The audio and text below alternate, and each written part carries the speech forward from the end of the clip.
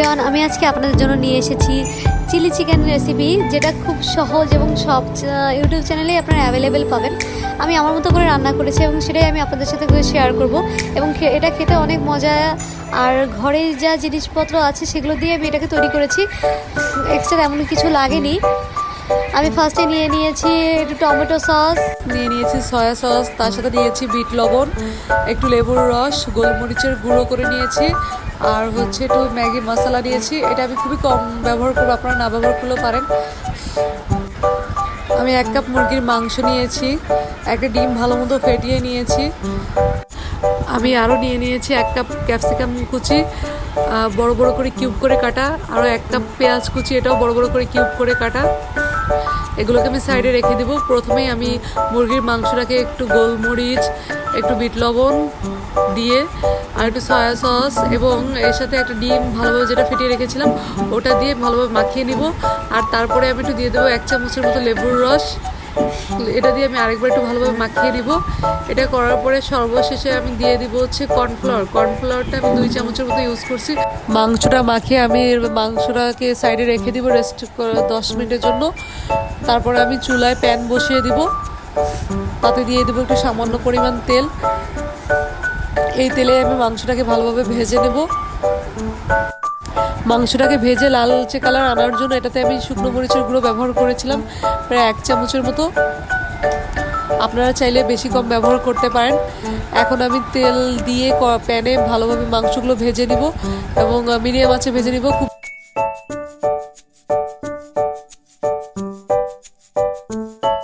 আস্তে আস্তে করে উল্টে পাল্টে এটাকে আমি ভালোভাবে ভেজে নিব। আমি সবগুলো মাংস একসাথে দিয়ে দিয়েছি অল্প অল্প করে।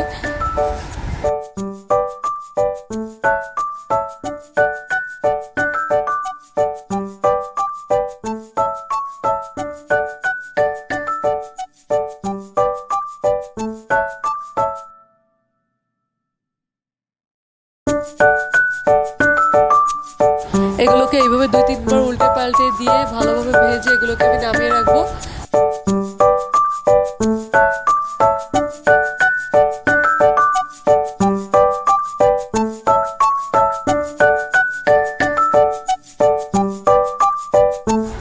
মাংসগুলোকে আমি লাল লাল করে ভাজবো। দেখুন আমার মাংসগুলো প্রায় ভাজা হয়ে গেছে।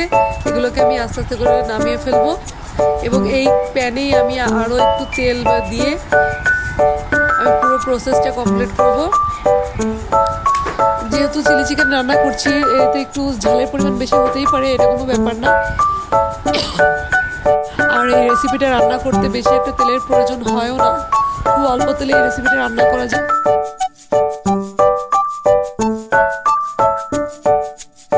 আমি আরেকটু পরিমাণ তেল অ্যাড করে দিয়ে তেলটা গরম হয়ে এলে এতে আমি রসুন কুচি দিয়ে ভালোভাবে ভেজে নিচ্ছি।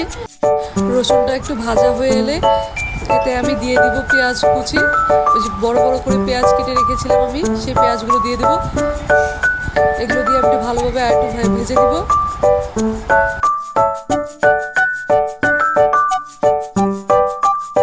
পেঁয়াজ ভাজা হয়ে গেলে তারপরে আমি দিয়ে দিব ক্যাপসিকাম কুচি। ক্যাপসিকামগুলো দেওয়ার পরে আমি ভালোভাবে ভেজে নিব সুন্দর করে।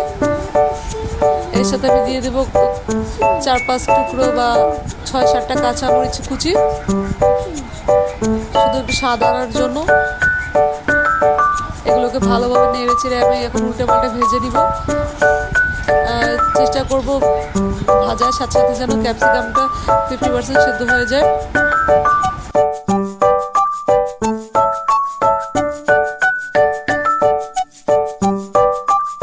ক্যাপসিকামগুলো ভাজা হয়ে গেলে এতে আমি ভাজা মাংসগুলো দিয়ে দিব।